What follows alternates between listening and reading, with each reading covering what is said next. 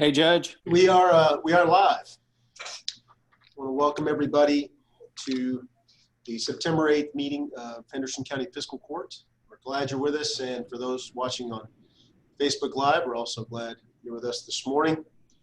We will begin as we always do, and I'd like to defer to Reverend Charles Johnson, if you don't mind, to say a quick invocation. Charles, would you mind leading us in prayer?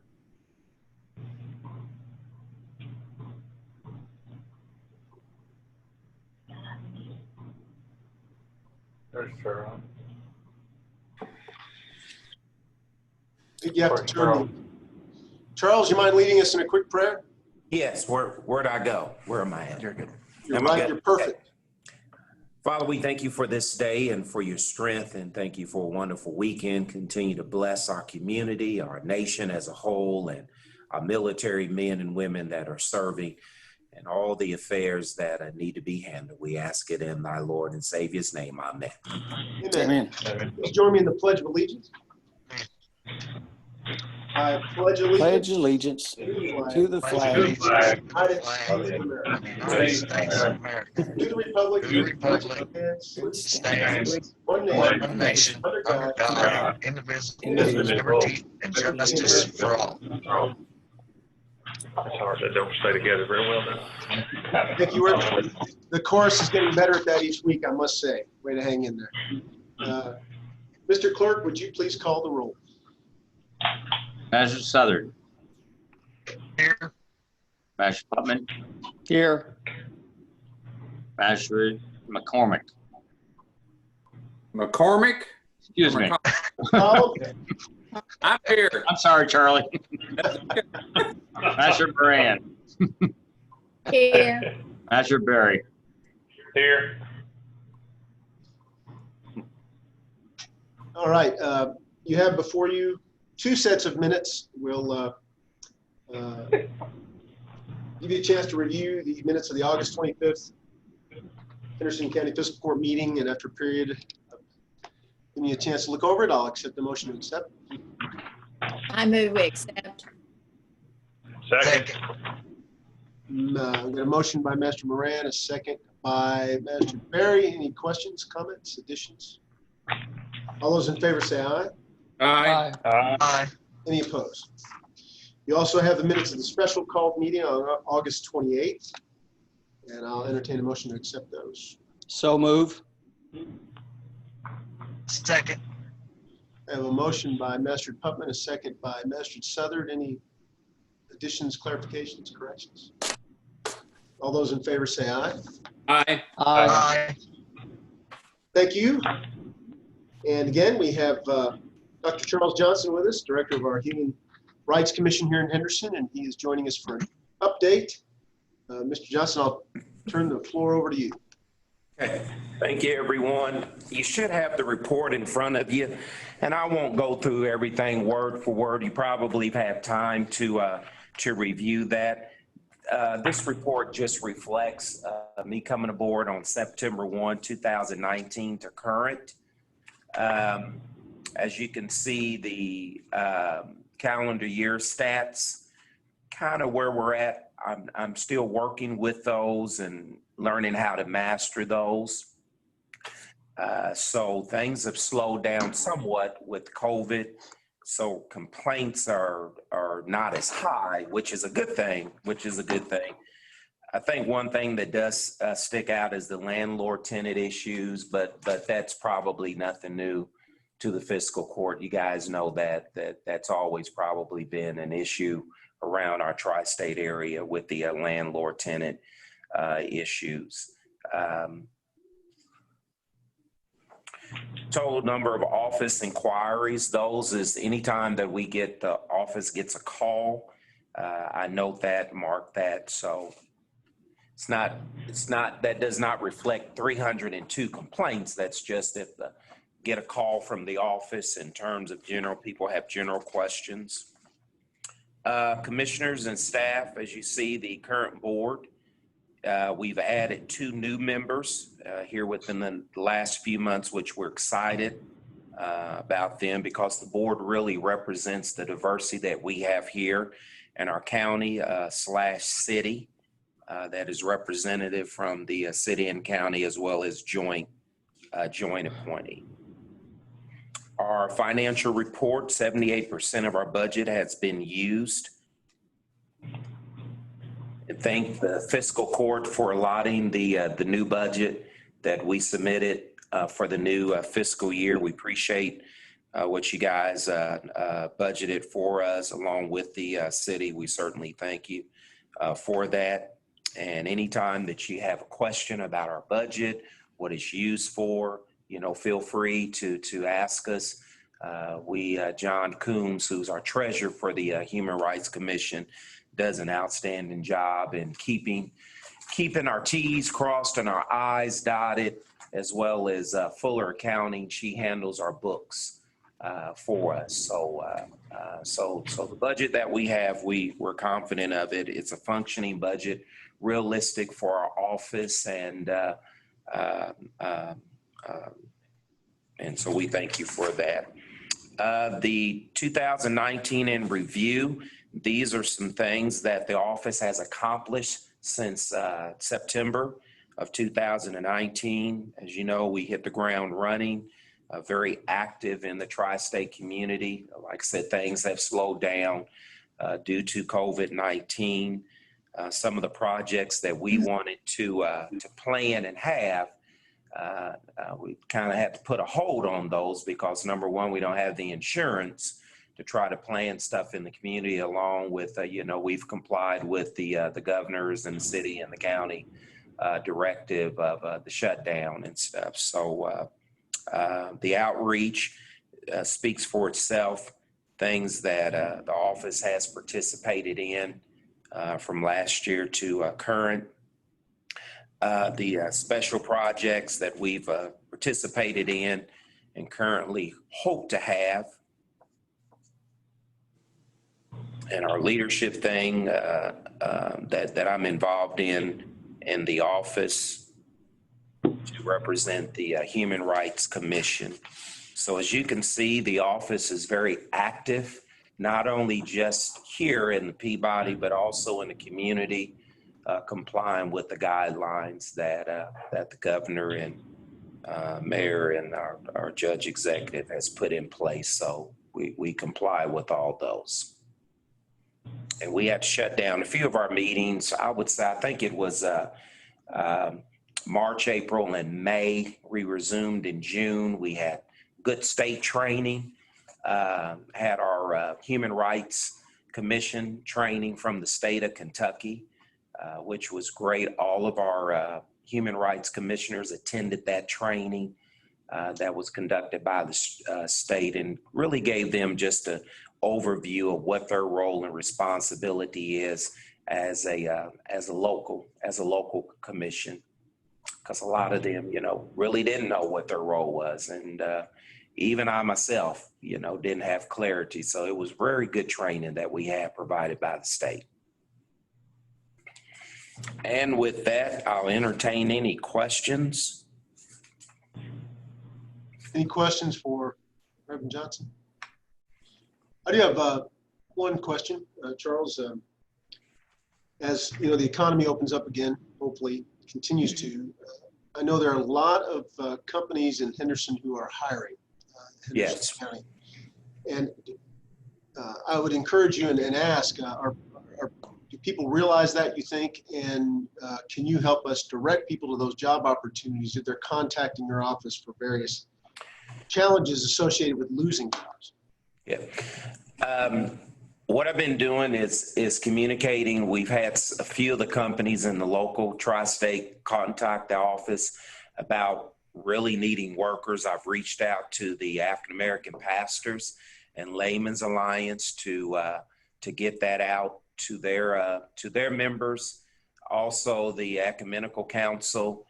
Really, churches have kind of been shut down. I know particularly most of the African American churches are still somewhat shut down due to COVID-19. They're not assembling at all. So their communication to the people is just kind of limited, or however they choose to reach out on Facebook. So we'll continue to work on that. That's still a work in progress, but there are jobs out there for people who want to work. Thank you. Anything else? Thank you very much, Mr. Johnson. I appreciate it. Thank you. Keep up the good work. Appreciate everything you do. Thank you now. Next, did I notice that Jailer Brady Jonas, is she in the conference room? Yes. Yeah, she's here. It's hard to see that far. Sorry about that. But Jailer Brady, I'm gonna turn it over to you to introduce our special guest and talk a little bit about why he is with us today.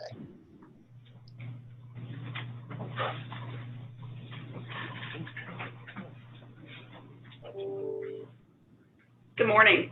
Morning. Officer Gray is one of our community service officers, and the end of May, Morning. he had returned to the facility, checked all of his prisoners in from work release, and was getting ready to depart property. And he noticed an elderly gentleman that was coming down Borax Drive, and he seemed to be lost. And it was raining that day. Actually, I think Butch was in my office, and we noticed Officer Gray out in the parking lot and saw him talking to someone, but we didn't really pay a lot of attention to it. Figured he was helping someone just in the public. It turned out that the gentleman had an onset of dementia, and he was lost and really couldn't tell where he was from. He knew he was from Princeton.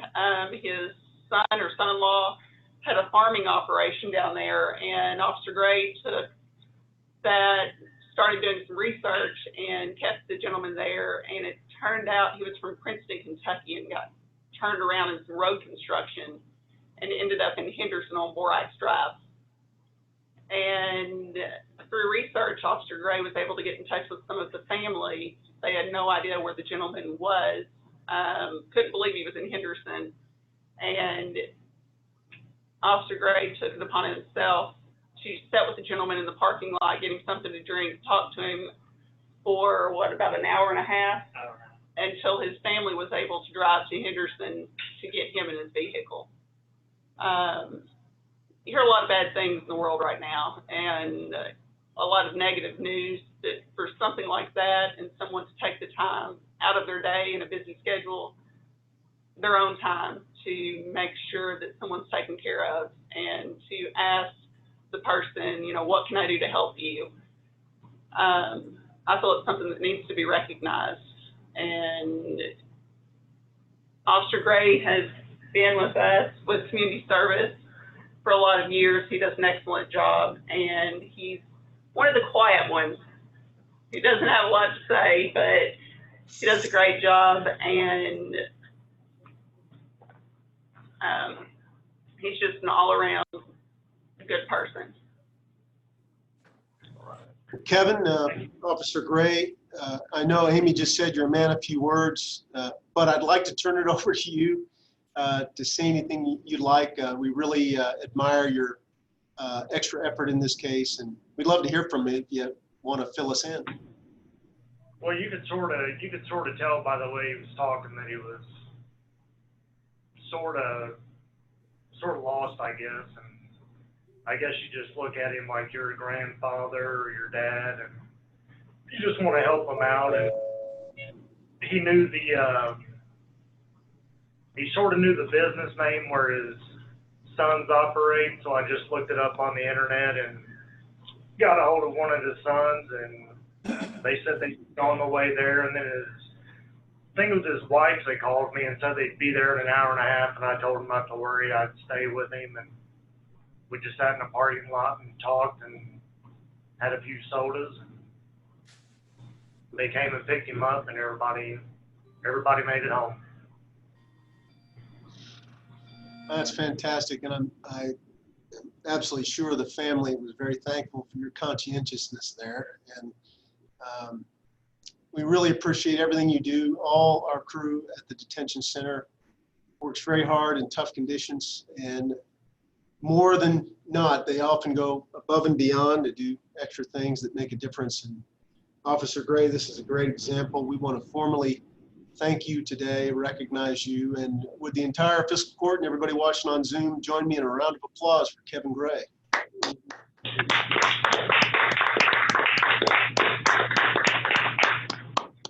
Anybody else like to say anything? Well, it was above and beyond. Yeah. Just thank you again, Officer Gray. Good job. Thank you. There's your first fair talk, because she's talking about Ed. Well, that's it. I know our jail magistrates are very interested, obviously, in what goes on at the detention center. I'll turn it over to them, Beth and Magistrate McCullum, Magistrate Moran. What do you have to offer here? I think it's a great testimony to our crew at the jail, don't you think? Absolutely. We've got a great group out there, and I appreciate everything they do. And Officer Gray, I appreciate what you've done. That's what we're for. I mean, you all are really good. You're prisoners. You're good to Henderson, and I really appreciate it. Thank you. Pastor Moran, anything? We had a meeting there last week, and hearing about all of them talk about all the extra time and energy that they spent keeping the inmates and staff safe really reminded me of how important it is to thank people that, like Officer Gray, and that keep our, for going the extra mile for things. It's really important. Thank you. Thank you. And I know you have a lot of work to do, probably, Officer Gray, but you can hang out as long as you want. Amy, please pass along our compliments to the entire staff out at the detention center. And again, Officer Gray is a great representative of everything that your team does to keep us safe and to help our community. So thank you very, very much. All righty. Moving on, we have with us Clay Horton, Executive Director of the Green River District Health Department, to both present your tax rates for the coming fiscal year. And if you want to give us any kind of update on our COVID efforts, feel free to do that too, Clay. Thank you, Judge. And yes, so the Henderson County Board of Health, which is part of the Green River District Health Department, met in June to set the annual tax rate. As I know you're aware, the special purpose taxing entity is used to fund our public health operations along with other sources of revenue. We get state and federal funding, and we also bill for medical services. So about 30% of our budget at the District Health Department is made up of local taxes. The Henderson County Board voted to keep the tax rate the same as it has been the previous three years, I believe. I think 2017 was the last increase, or maybe 4 years since this is 2021 rate. And that is at 5 cents per $100 of assessed value. So I'm here to present that, answer any questions. And in terms of COVID-19, it's very, very busy right now. We are seeing a sharp increase in terms of number of cases of COVID-19 in Henderson County, particularly. Our western counties in the district, Henderson, Webster, and Union, all saw pretty sharp increases last week. I haven't seen the White House COVID-19 task force report for the week. That usually comes out on Monday, probably delayed because of the holiday. But I anticipate that Henderson County will be tagged or labeled as a red county or a yellow county. Sometimes it looks at the reporting in terms of those snapshots. By our case counts here locally, I think that you would be in that red category. But just depends on the delay in the reporting as to how that shows up in the White House report. So why that's important is we want people to remember there are things that we can do to stop the spread of COVID-19. I know you all are probably exhausted in hearing that, but we keep talking about promoting the 3 W's, which is wear a mask, watch your distance, wash your hands. Those things sound simple, but they really will have a big impact if we can get everyone to do them. So with that, I just also want to take this opportunity to compliment the health department staff, especially the staff at Henderson County. All of our staff across the district have stepped up during this time, but none more so than in Henderson County. I frequently call on them with issues and concerns. They respond all hours of the day without complaint. And just wanted you all to know that your staff is serving you very well over there. They're tired, but they're willing to see it out, and we'll get through this. So with that, I'm happy to answer any questions about either the tax resolution or COVID-19. Clay, this is Butch. Just, is there any, in your crystal ball, when we're looking forward, do you see anything, these meetings that we have as far as fiscal court, maybe how much longer we would have to go to get to, and I guess the question would be, this positivity rate would have to stay at less than 5% for maybe how long? Yeah, so that's a great question, and I don't have a crystal ball. But we're looking at a couple of different metrics, and when I was referring to the White House report and their risk levels, that looks at both positivity rate and also looks at current rates of infection. And the current rate of infection is the one that's probably easier for us to track. We would want to see that to decrease substantially. We would want to look for somewhere in the neighborhood of having less than probably 5 new cases on average a day per 100,000. I think last week Henderson County's rate was like 23, 24, somewhere in that neighborhood. Yeah. But I don't know. I think that we probably, until there's wide availability of vaccine, until we're able to, the pandemic is able to kind of run its course in a lot of ways, that we're probably going to see these cycles of up and down for months, year, something like that. So everybody keeps talking about a new normal. I think it's that we all have to adapt. We have to learn to operate in this environment.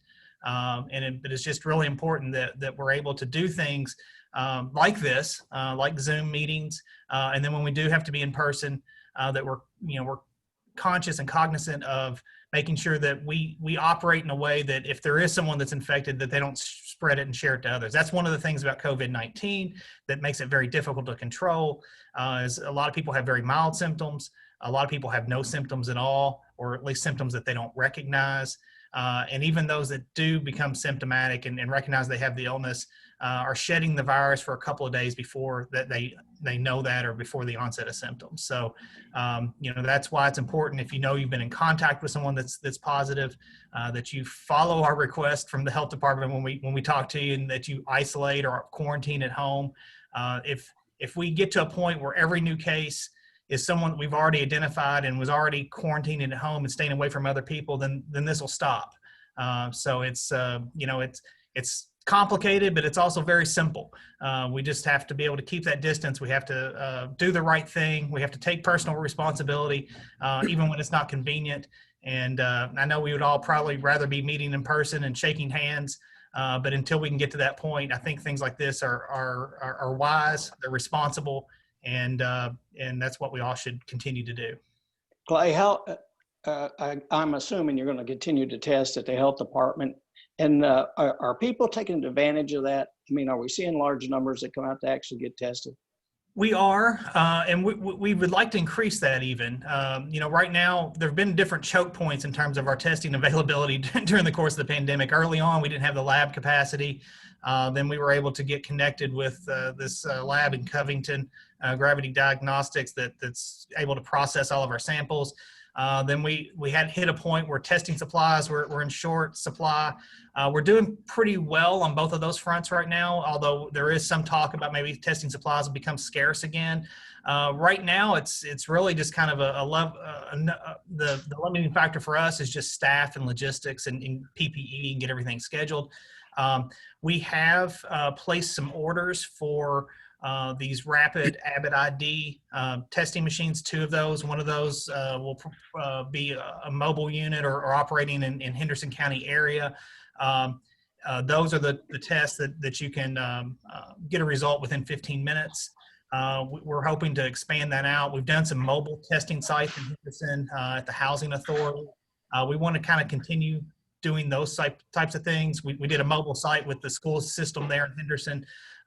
So we are going to continue that for the foreseeable future, and hopefully expand upon that as we're able to get more resources and get some staff to expand those testing days. But most days are booking up.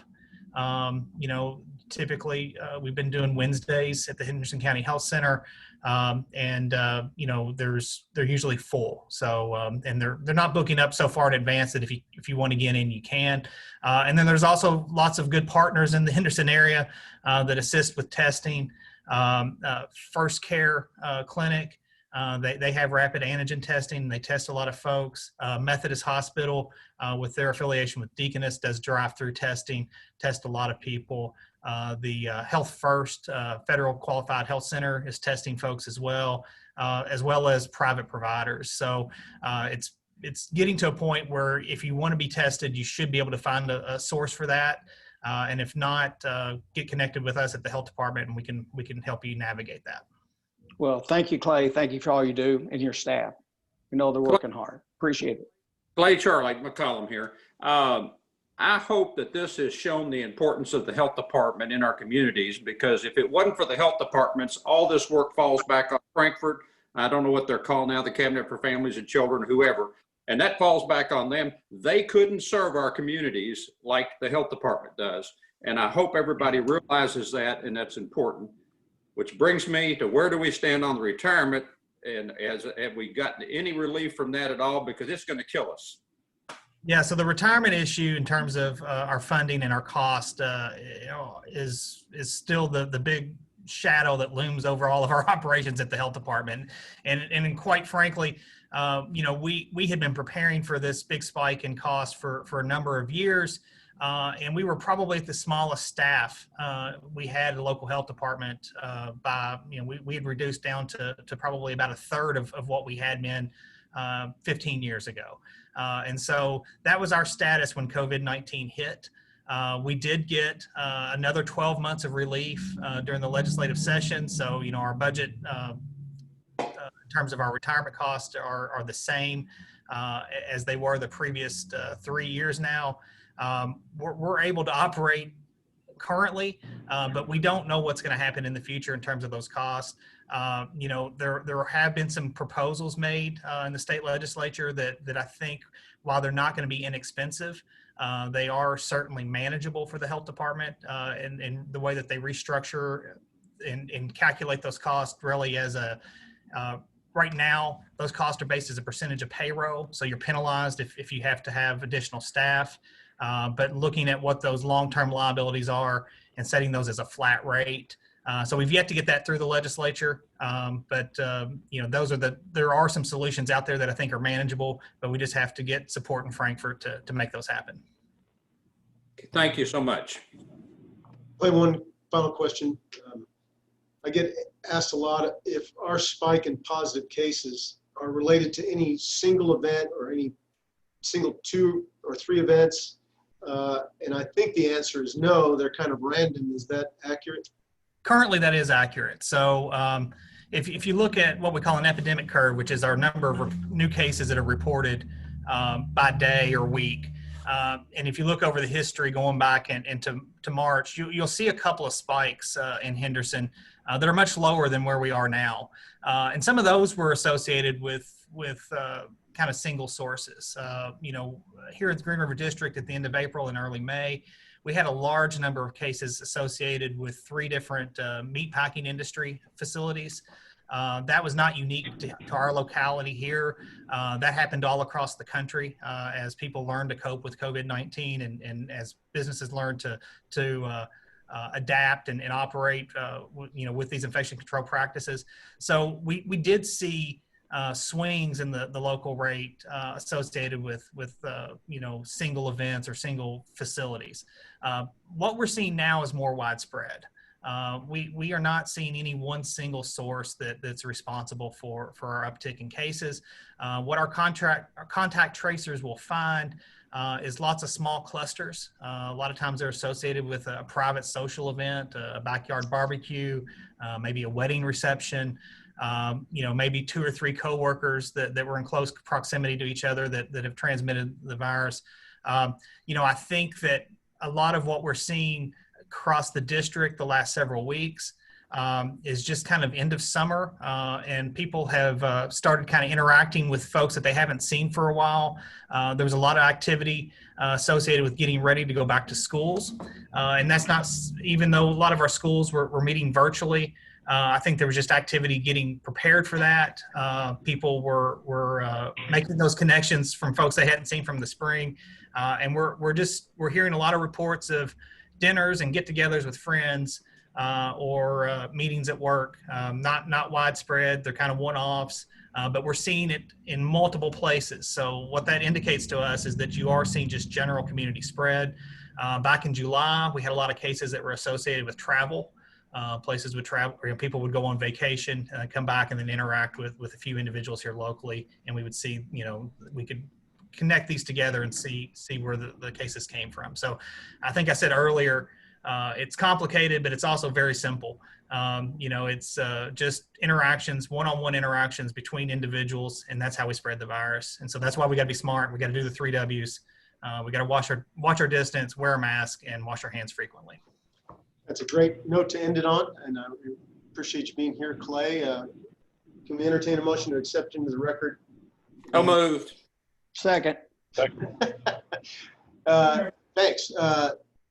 Master McCullum with the motion, Master Pubba with the second. All those in favor of accepting into the record the Health Department's tax rates for 2020, say aye, please. Aye. Any opposed? Thank you very much, and thanks again, Clay. Thank you all. Thank you, Clay. Aye. Let the record show Magistrate Southern said aye. Next, we have Amanda Hardy from our Detention office. And if you want to give us a quick rundown on your tax rates and any updates you want to give us, Amanda, I appreciate it.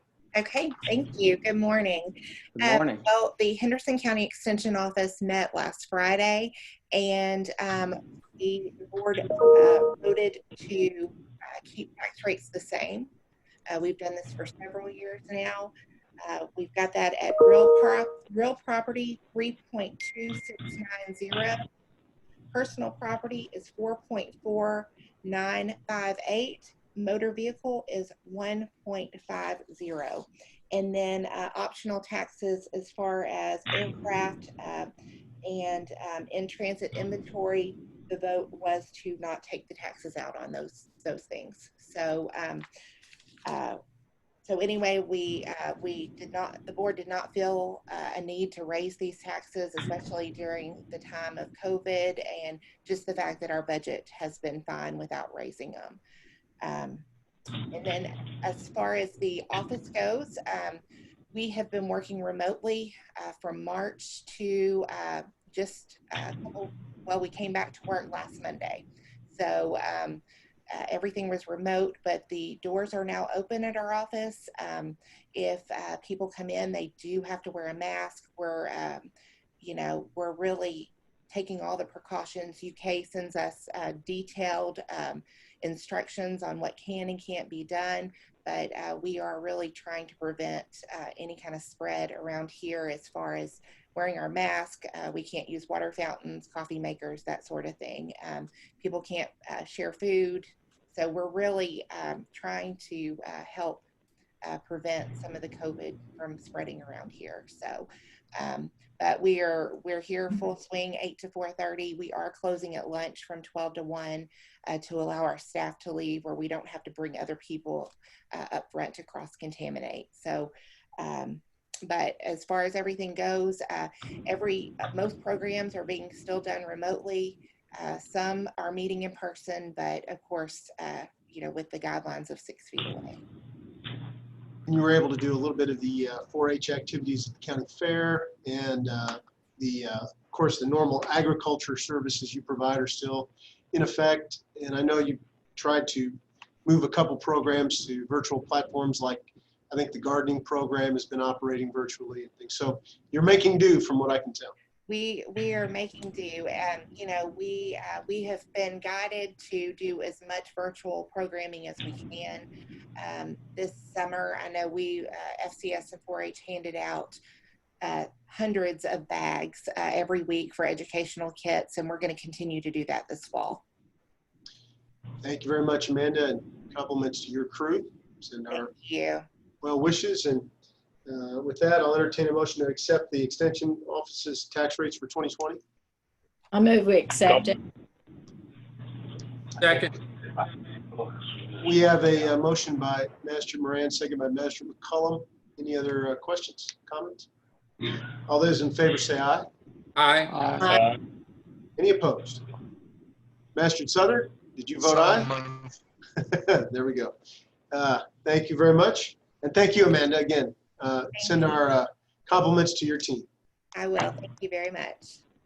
Up next, we have Amber Potts from the Henderson County Public Library. I'm glad you're with us, Amber. I'll turn the floor over to you. Thanks so much. I am Amber Potts, and I am the acting director here at the Henderson County Public Library right now. I'd breathe. All right, keep going. Okay, sorry, I didn't know if they can, I was making sure I unmuted appropriately. I'm joined today, we couldn't be appropriately socially distanced and both be on camera, so I'm also newly elected chair of our Board of Trustees, Susie Thurman. And the Board of Trustees met, and the tax rates they adopted, they chose to go with a compensating rate, which is 1.1% per 100 for general real estate, 15.14 cents per 100 for general tangible personal property, 15.14 also for inventory, and then 2.3% for motor vehicles. They voted to not collect an aircraft tax, but to with the other two optional taxes, documented watercraft and in-transit inventory, they did choose to accept or to adopt those rates, which is the same as the personal property of 15.14%. Just kind of general news going on with the library right now. Of course, the biggest news I'm sitting in right now, our expansion project has completed the new construction phase. We opened the new part of our building to the public on 2 Thursdays ago, and it has been wonderful being able to have everybody back into our public building. We were closed by executive order back in March, and when that order was rescinded in June, we were unable to reopen because of the construction. We would have been closed at that time anyway, but what would have been a 6 to 8 week closure due to construction ended up being almost 5 months when we tacked the COVID closures on. But a few people have bragged on their employees, and I really want to brag on the library employees here. They have shown absolute dedication and commitment to serving the community despite the obstacles that have been put in our place between COVID, the construction project, and other things that have happened. They have been creative, thinking outside of the box of ways to continue library services when we were not allowed to have people in the building, whether that was keeping our Wi-Fi on 24/7, even when we weren't in the building, so that if school children needed to download assignments onto their Chromebooks, they could come sit on one of the benches out front and take advantage of our Wi-Fi, increasing our e-materials that are available. Our Board of Trustees were fantastic. They voted for us to offer general amnesty to card holders so that children who needed to access the e-books, e-materials, and our online resources for their schoolwork, since they are all doing NTI, would not face the obstacle of being blocked from the use of that because of on their card. But we've now reopened, and we're doing ready to kind of get up and rolling again. And if anybody has any questions, I'll be more than happy to answer them. Anybody have any questions for Amber? Do you plan kind of a gala opening of the new edition soon? Yes, soon is, a lot of it depends on the COVID-19 situation. We do plan on having a grand opening, ribbon cutting. We're actually not completely finished with the project. We've moved to the renovation middle part of what is now the middle part of the building, which 1980s addition is now being renovated. And so that is supposed to take through the end of the year. And they're also going to be doing, they're not touching the Carnegie part of the building upstairs. We spent a lot of time about 10 years ago restoring it to what it looked like in 1904. So we're not going to do anything to interfere with those restoration efforts. But some of the basement part of that's being renovated as well. And once we are completely finished with the project, we do plan on having a big tea to celebrate this growth in our community. Terrific. And any other questions of Amber? Hearing none, entertain a motion to accept the library's rates for 2020. So moved. Vote to accept. We have a motion by Master Putman, I think a second by Master Berry. Any other questions? All in favor say aye. Aye. Any opposed? Hey, Amber, best of luck. Thank you. Compliments to your team as well. Thank you. We do not have a representative of the Drainage Commission with us today, but their rates will remain the same. And I will entertain a motion to accept those. So moved. Second. We have a motion by Master McCullum, a second by Master Berry. All those in favor say aye. Aye. Aye. Any opposed? Thank you. And now we will have second reading of Henderson County Fiscal Court tax rate for 2020. They also remained unchanged for the 5th consecutive year. And with that, I will turn it over to our fiscal court clerk to do the reading. Second. The second reading and final reading of the Henderson County tax rates for 2020. Aye. Go ahead. Property assessment has now been certified by the Commonwealth of Kentucky Department of Revenue, Office of Property Evaluation, and permissible ad valorem tax rates and revenue for fiscal year 2021 established for Henderson County in accordance with KRS 68.245 through 68.249.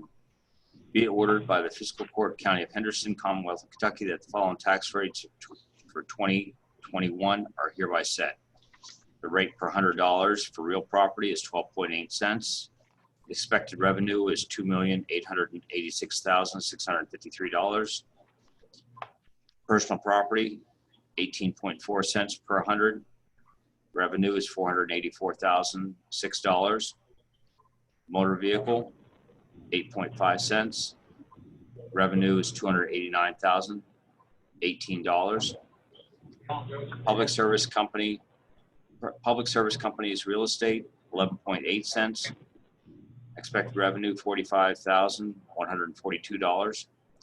Public service company's personal, 17.5 cents. $376,221. Watercraft tax, 8.5 cents.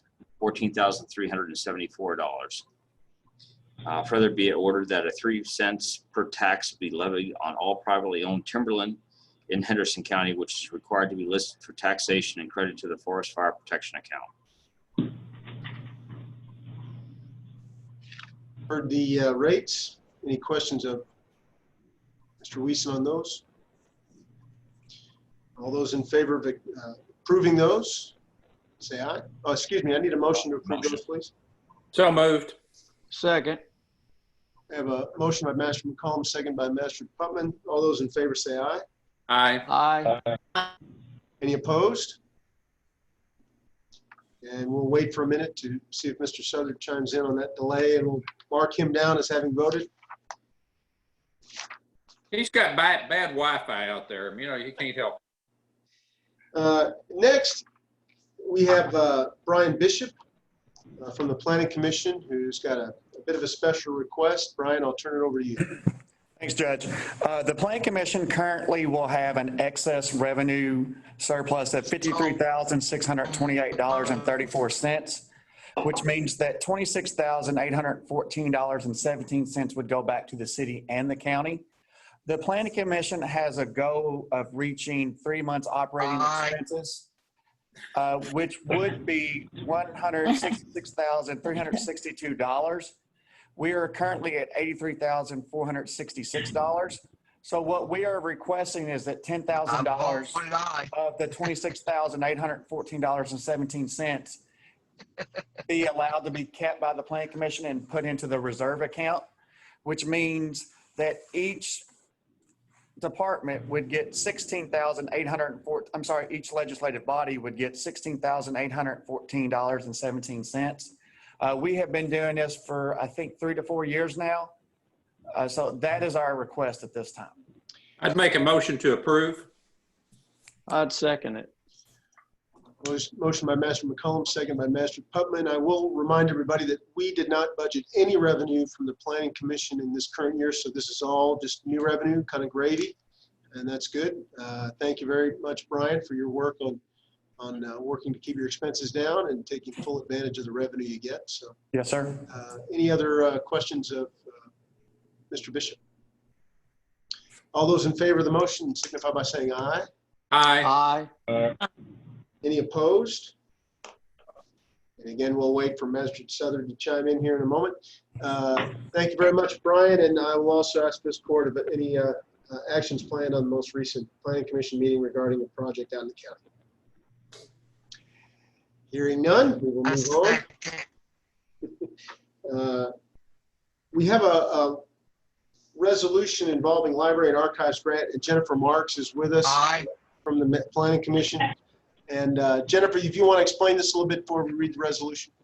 Yeah, that's fine. So the grant that we're discussing here is for Dennis Branson. And meeting with him a lot, we have come to realize that he has lots of maps, lots of documents that really need to be archived in a way. Right now, I believe they're mostly all just paper copies of stuff that would be super important if for some reason we're one day lost or we no longer had access to.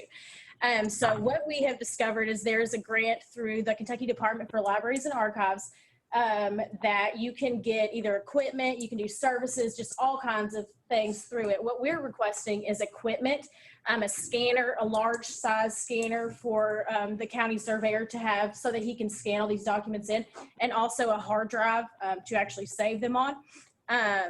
I don't know that the grant didn't require the resolution, but I really felt it appropriate to bring it to you all to approve on behalf of the county as we are applying through the county. So if there's any questions at all, just let me know. But the way this one works is we will bid out. I'm hoping to get the advertisement out this week. And so we will bid and get those numbers to submit with our application. So as of right now, I don't have I have some quotes that we've received to kind of look where we would be, but I don't have the dollar amounts until we do the bid process. Where will this be kept, this hard drive? This will go through the county surveyor, of course, to get all the information on. And then I would say it's the safest place to store it. So I don't know if we would keep it there, or then we would move it to the courthouse after we have gotten all the documents on there. And this will be a pretty long process, I would think. From just talking with Denny, it will be Denny and Barbara and Cliff, his staff, that are going to be working on getting all of that scanned in and onto that hard drive to have. One of the things with the grant is that they do want to make it to where it's a possibility that the public can have access to that. So that's something that we would then look at later on with regards to whether we can get it an online or, things like that. So we would want to eventually get it to where the public could have access to that information. Yes, you talked to Brent Jacobs too. He would be excellent, and Yes. I would make sure that we've got a redundancy where it's not just done and just on one hard drive. We've got to have it somewhere where it can be backed up. Right. Jennifer, these documents that we're talking about are ones that Denny has accumulated over years and years that go back very early into the history of Henderson County. And if something were to happen to him, or if there were to be a fire, that would make these irreplaceable documents unavailable. Is that correct? That's correct. Very worthy project. Very much so. The county destroyed all their records from the county court records in 1963 when they built the new courthouse. Denny's got some of these records. He's got the 1938 map on it. He's got it on 2 sheets. He's got some really important stuff that we need to protect. I would make a motion to approve. We need to read the resolution first. Okay. Sounds like Tim's back on real time, which is good. But I will have the court clerk read the resolution, please. A resolution of the Henderson County Fiscal Court relating to the submittal of grant application and acceptance, if awarded, to the Kentucky Department for Libraries and Archives Local Records Program. Whereas Henderson County has determined the need to acquire conservation equipment and supplies, whereas Henderson County intends to prepare an application to the Kentucky Local Records Program Fund to help fund the conservation of historic maps through the purchase of equipment to use for this project. And now therefore be it resolved by the Henderson County Fiscal Court that the recommendation of the Judge Executive is approved, and the Judge Executive is hereby authorized to file a grant application with the Kentucky Department for Libraries and Archives. And be it further resolved that in the event a grant is awarded, the Henderson County Fiscal Court understands that it will sign assurances to comply with all applicable federal and state laws, rules, and regulations, specifically, Title VI of the Civil Rights Act in Section 504 of the 1973 Rehabilitation Act. So we have a motion by Master McCollum and a second by Master Southard in support of this resolution. Any other questions or comments? All those in favor say aye. Aye. Aye. Any opposed? Thank you. I appreciate the work on that, Jennifer. It's a very important project. Thanks. Jennifer, if I could say one other thing, if in your grant, you might want to put down that our county records got destroyed in 63. Denny saved, I think it's like 1952 or 3 aerial photographs. They were thrown in the trash, and Denny saved those. I mean, he's got some records that are just fabulous, and those do need to be saved. But you might want to put that from a historical standpoint, that we lost a lot of records because of we didn't handle them correctly, and it makes it more important that we get this grant. Okay. Thanks again. You have in your packets, ladies and gentlemen, resolution renewing the detention center's contract with Good News Jail and Prison Ministry. Before we vote on that, I'll turn it back over to the jailer for any comments she'd like to make.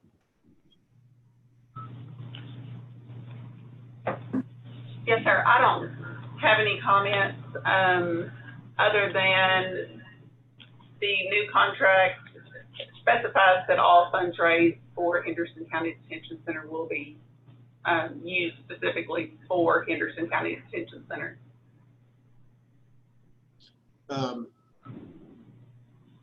Any other questions about the jail and prison ministry? I'll have the clerk read the resolution, please. Resolution authorizing Henderson County Jailer to execute agreement with Good News Jail and Prison Ministry for professional jail chaplaincy services. Whereas the Henderson County Jailer has a duty to ensure that chaplaincy services are reasonably available to inmates at Henderson County Detention Center. And whereas Good News Jail and Prison Ministry has been providing professional chaplaincy services at the Henderson County Detention Center for over 15 years. And whereas the Henderson County Fiscal Court approves the recommendation of the Henderson County Jailer that the attached agreement be approved. Now therefore be it resolved that the Henderson County Fiscal Court hereby authorizes Jailer Amy Brady to bind the county to the terms of the attached agreement with the Good News Jail and Prison Ministry for the provision of professional chaplaincy services, and directs her to execute said agreement on behalf of the county, along with any and all other necessary and appropriate documents to require the effectuate of the intent thereof. Entertain a motion to approve. So moved. Second. Second. We have a motion by Master Southard, second by Master Berry. Any other questions? All those in favor say aye. Aye. Aye. Any opposed? Thank you. Next, we have on your list the 2019 unmined coal and oil tax settlements from our sheriff's office. And Sheriff Brady, any comments about that record? No, Judge, we balanced on both accounts to the penny. So good work done by the people in the front window. Any questions, comments? I'll entertain a motion to accept those. I move we accept. I have a motion by Master Barry, second by Master Moran. All those in favor say aye. Aye. Aye. Any opposed? And Sheriff Brady, while we have you, any updates from the Sheriff's Department you want to offer? No, Judge, we've just got a little bit shorthanded, but we're covering the calls and we'll get the job done. We just got a bunch of good people down here working hard. Thank you very, very much. Appreciate it. Send our compliments to all your team. We'll do it. Thank you. Mr. Gold, your report. Thank you, Judge. We have several checks that I've turned over to Mr. Weeson today. The first three are in the nature of interest checks: $92.25, $461.23, and $68.66. The final check is in the amount of $11,500.94. KRS 514.040 requires that annually we turn over the balance of whatever is in our bad check collection account to the fiscal court as of whatever the balance is as of June 30th. And that is what we are doing here. That is, for those of you that have been following the last few years closely, that's several times what the balance normally is in that. Typically it's around 2,000 or 3,000 or so. As many of you are aware, we had some issues in that office earlier in the year, and we were able to really kind of turn things around there. And so right as we had kind of revamped the process of what was going on in there, that's when a little bit more money ended up in the account at the end of the year. Also, it hit right before we paid payroll out of it, paid the payroll right on at the beginning of July. So that's why it's a little bit higher than normal in there. It's not that we have that much excess money on a regular basis around there. So that is the amount that we're turning over there, $11,500.94. You'll also see that we are once again asking this year for the fiscal court to return those funds back to us so we can continue operating that office. I can say that our bad check collection program in the last few months has really hit light speed and is operating at a really high efficiency right now. We've got young lady in there that is working for us that is really doing a fantastic job.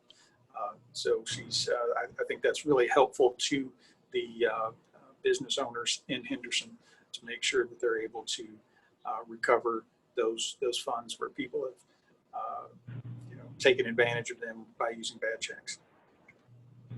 Thank you, Mr. Gold. First of all, we're going to entertain a motion to accept county attorney's report. So moved. So moved. Second. We have a motion by Master McCollum, a second by Master Moran. Any other questions on the county attorney's initial report? All those in favor say aye. Aye. Aye. Any opposed? Next, we're going to have a resolution on Mr. Gold's request to turn back over to his office the amount just given to us for check collection, bad check collection, as has been the tradition for the last several years. We have a resolution to that effect. Any other questions of Mr. Gold about this? Yes, I have one. Hey, Steve, we're giving this back. You had to give it to us. Are we okay with what we just did with the planning commission, with them just keeping it, or do they need to give it to us and us give it back? Well, in this situation, there is a specific statute that says that I have to turn it over to fiscal court. When I first took over as county attorney, there had been a resolution passed years before that Magistrate McCollum, when he was county attorney, had gotten passed that basically the fiscal court said, yeah, this is what we want to do every year, keep it. Well, at a certain point, the state auditor told us that we couldn't resolution around a state statute. So that's what we have to go through this every year with that. And I think that's because there's a specific statute on turning it over. I think with the Planning Commission, since that is a joint interlocal agreement between the two bodies, that's not specifically required. Tim, if I could interject, the delinquent tax money by statute, the county attorney can keep for as long as he's in office. And that was the same way this was treated up until, I'm going to say 90 something. A legislator ran against the county attorney in one county and lost.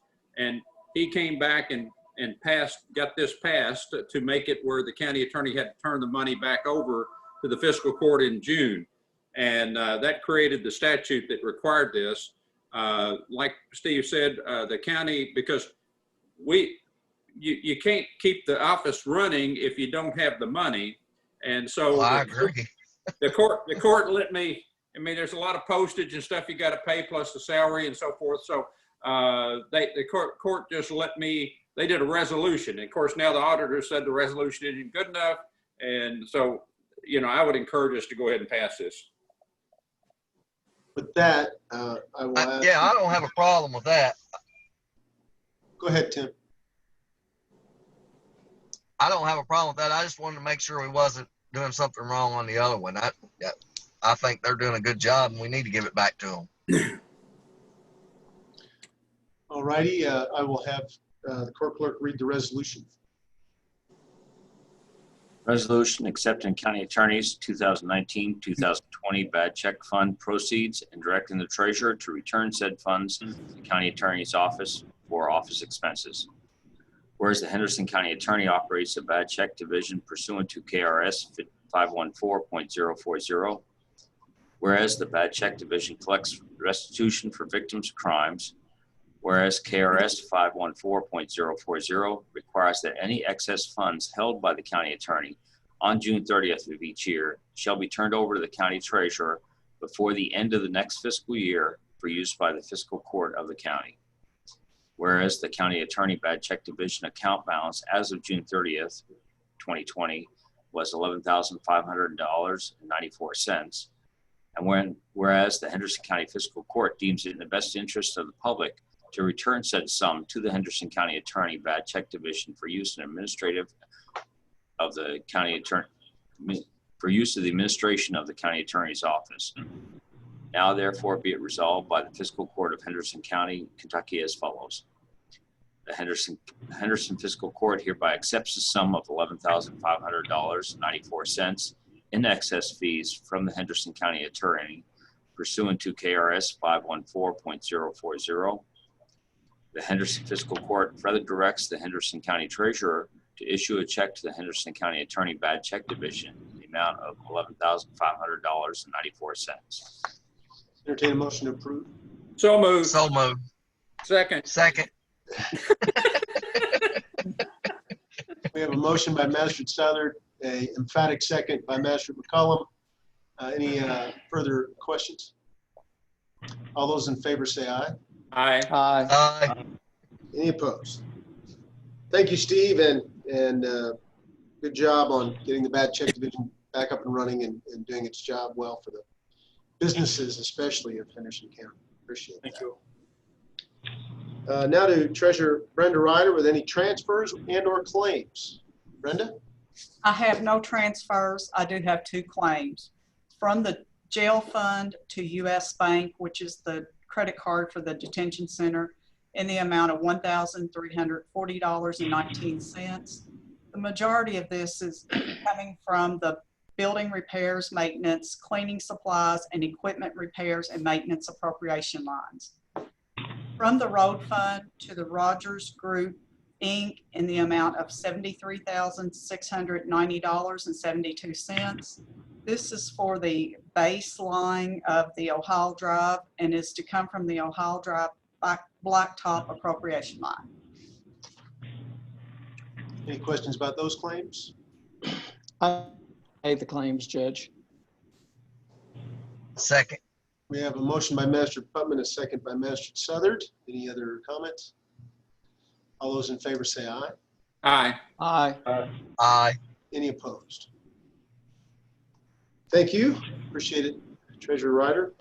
We'll go to the county. I want to check in with Kenny Garrett. Give us any updates from emergency management you'd like to, Kenny? I can sure do that, Judge. Good morning, everybody. Morning. All right, so really everything's kind of going like normal at this point, at least for the last few months. We're still distributing supplies, PPE, things like that to everybody that's asking. So we keep those supplies up and moving as needed. So that's still going strong. September is National Preparedness Month. So I sent a blog out on our website talking about giving you some tips on, are you prepared? You know, do you have a plan? Are you ready just in case something happens? It's got a lot of good information. So if you got any concerns about whether or not you've got this kit or that kit available, that post on our website, which is hendersonema.org, you can go out there and take a look at that, and it sends you to links on how to make this type of kit or that type of kit to keep you ready to go in case something happens. So other than that, we've got our DES and LEPC meeting this afternoon at 1 o'clock, which will be a virtual meeting. Most of you should have seen an invite for that already. So unless anyone's got any questions, that's about all I've got. Thank you, Kenny. I know that you and Coroner Bruce Farmer have worked hard on keeping our PPE stockpiles up, and I'm safe to assume that we are in good shape that way at the moment. Yes, sir, we are. And I really don't like to say much publicly good about Bruce, but I will say he's been doing a good job. Do you have a rebuttal, Mr. Farmer? My volunteerism for a couple of weeks has run a little longer than what was anticipated, but you know, we're getting the stuff out there to the fire departments and anybody else who needs it, and that's what our goal is. Thank you both for your efforts that way. I had a question this morning about our levels of PPE, and that across the country we're running into shortages again. And I think that Kenny and you have been very diligent about taking advantage of opportunities to acquire more PPE and keeping our stockpile up. So thank you very much. Rest assured, we're in good shape right now. Excellent. Okay. Yeah, we were lucky. The state came up with some gowns, and we brought back 2 skid loads of those. One went to the hospital, one went to us, and we started distributing them right away last Saturday to the fire departments and all. So we're building up as best of a stockpile that we can for round 2. And let's hope round 2 is fairly minimal. But thank you again. We'll go to the good of the county, and Magistrate Putman. Oh, thank you. All's pretty quiet in the 4th. Thank you. Thank you very much, and I'm glad to hear it. Magistrate Moran. Recognizing Officer Gray today reminded me of how important it is to personally thank those who go the extra mile to keep us safe. Businesses like the health department and schools and daycares and hospitals and so on. I encourage everyone to take the time to personally thank those who are doing so much to keep us safe and informed during this difficult time. And all is well in District 2. Thank you. Magistrate Southern. I'd like to say thanks to the road department. We've had a unbelievably amount of rain this year from May to now, and I don't know if y'all have noticed or not, but the grass is growing faster than we can mow it. And they've done a really good job of trying to stay ahead of it, and I appreciate it, because it's a never-ending battle, that's for sure. And other than that, all's good in the 3rd. Thank you. Magistrate Barry. Thank you, Judge. I just want to thank everybody that's involved in all the county work, all the officials and employees, and thank them for their job. I know it's a trying time and everybody's been busy. District 1, we've had some ditching projects, and we've had mowing, Tim. and thank Bill Heviax, and he's helped me get those things worked out, and I think we're in pretty good shape in District 1. So thank everybody. Thank you. Good to hear. Master McCullum. Well, all my ditching projects are completed. My roads are at 95%. So they're up to date, better than any other magistrates roads in the whole county. Just want to point that out, that we've got the best roads in the whole county. And everything, I would like to thank the employees and everybody that has helped keeping us safe, and everything is good in the 5th. Charlie, if we could trade some of those roads, we would. I understand. We'll work on that. I got a plan. Charlie, I might take exception with that. The 4th is probably just as well. The road is in terrible shape. The road is in terrible shape. You're talking about Cherry Street in particular? Yeah. Hey, Judge, before we conclude, I have two very quick items. Sure. If I'm unmuted, I never know how to operate the same. We've had some chatter, I think, especially on Facebook, about some traffic issues down on Highway 416. It is a very dangerous road. We're aware of it. It's been something we've tried to deal with for the last 10 years. I have contacted the Kentucky State Police Post Commander and asked him if the troopers can help us out there. We've asked our deputies, even if they can't work traffic out there, to sit out there and work on reports, be visible. We will be trying to do some traffic enforcement as the location allows. It's a very dangerous road, but it's also a very difficult road for us to safely enforce speeding violations. But we will be paying particular attention to it, and also with the assistance of the state police. Secondly, by y'all having the second reading on the tax bill today, the tax bills will come out on time. I've had a lot of questions in the county about whether they'll be delayed or not. They will come out around September 28th. You'll still have your discount period until November 1st, and then you'll have your opportunity to pay just face value until December 31st. So those bills should come out pretty close to exactly on time. You still will have a chance for your discounted tax period. Appreciate you all dealing with that in an expeditious manner, and should take care of things. Thank you, and I'm glad you brought up 416. Sheriff Brady, the specific spot is right at the Niagara store, where I believe it's, is it 136 or 360? 136. Yeah. 136. That intersection can be tough. Apparently, a lot of folks who work at Tyson but live in Davis County take a shortcut on 416 from the Audubon over to Tyson, and sometimes they get going too fast, and that kind of Y intersection there can be a bit dicey to navigate when cars are speeding down that road. So appreciate that very much, helping them. We don't want anybody to get hurt. We want everybody to get to work, but we don't want anybody to get hurt. 416 is a windy road in that part of the county. So, you know, the worst thing they can do that road, and I know it's not necessarily in our hands, worst thing they can do is repave it. I mean, I know it's in kind of bad shape, but if we make that thing slick and smooth, it's going to be faster. Yeah. So, you know, hopefully some of the choke holes are slowing people down a little bit, but I hate to rely on pavement to help us enforce law, but it's a very dangerous road to enforce. We've looked at it from every angle. We are aware of it. I just want the public to know that we are concerned about it. We are directing attention to it. We've asked for the cooperation and help of the state police, and hopefully in the next couple of weeks, we'll see some difference down there. We also informed KYTC District 2, and they may look at some maybe more prominent warning signs and measures like that to help us. We can work on it together, and I think we'll do some good down there. Excellent. Okay, thank you. Nothing from me for good of the county. We've covered a lot of ground today, and we have a little bit more business to do. We're going to go into executive session, and we're doing on it to chat about some possible real estate deal. And so the appropriate KRS allows us to talk about real estate, potential real estate transactions in executive session. And I'm going to ask anybody who is not on fiscal court or is named Amy Brady to, we're going to have to bump you off the Zoom meeting. And so Beth Smith, if you don't mind allowing us that privilege. We do need a motion to go into executive session, sir.